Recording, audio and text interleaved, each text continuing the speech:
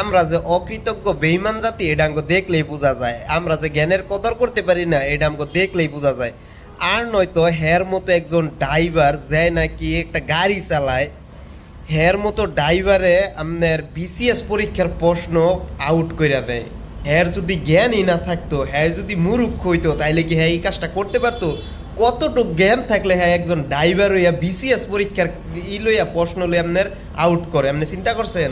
পরে এখন আমরা হ্যার জ্ঞানের কদর করতে পারি না, আমরা হ্যাঁ সোশ্যাল মিডিয়ায় আইসা বিভিন্নভাবে মূর্খ মানুষ আমরা হ্যাঁ গালাগালি করতেছি। অথচ হ্যাঁ কত জ্ঞানী, হ্যাঁ তো প্রধানমন্ত্রী হওয়ার যোগ্যতা রাখে।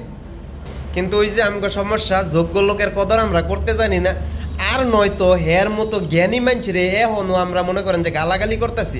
অন্য অন্য দেশ হইলে হেরে মাথায় তুইলে মনে করেন যে নাচানাচি করতো।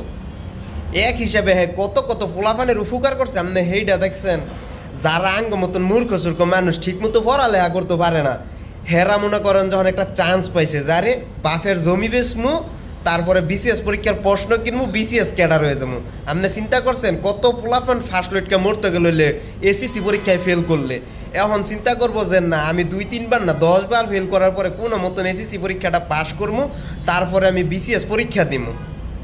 বিসিএস পরীক্ষার প্রশ্ন কিনা বাপের কমু যে বাবা আমারে মনে করো যে বিয়া করাই দাও, যৌতুক লও, বিয়া করে যৌতুক লও, 5-6 লাখ টাকা যৌতুক লইয়া আমারে বিসিএস পরীক্ষার প্রশ্ন কিনা দাও, তাইলে আমি মনে করো যে বিসিএস পরীক্ষায় পাশ করবো। আপনি চিন্তা করছেন কত কত ফলাফানের জান বাইসে যাইব?